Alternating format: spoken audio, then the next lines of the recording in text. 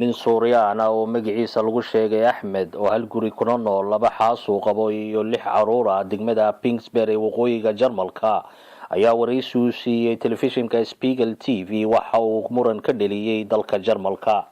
ninkan ayaa sheegay inuu guursaday labadiisa dumar iyagoo 14 jir iyo 13 jir. ninkan ayaa salaan ka soo qaxay magaalada Xalab ee dalka Suuriya.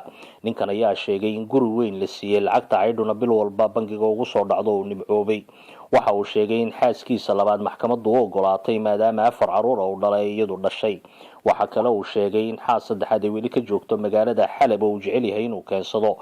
waxa uu sheegay in shareecada islaamku u ogoshahay in 4 xaas uu yeesho. wuxuuna yiri waxaan rabaa inaan 10 caruur dhalo. ninkan ayaa mar la weydiiyay inuu shaqaysto sheegay inuusan hadda rabin inuu shaqaysto oo caruurtiisa korsanayo.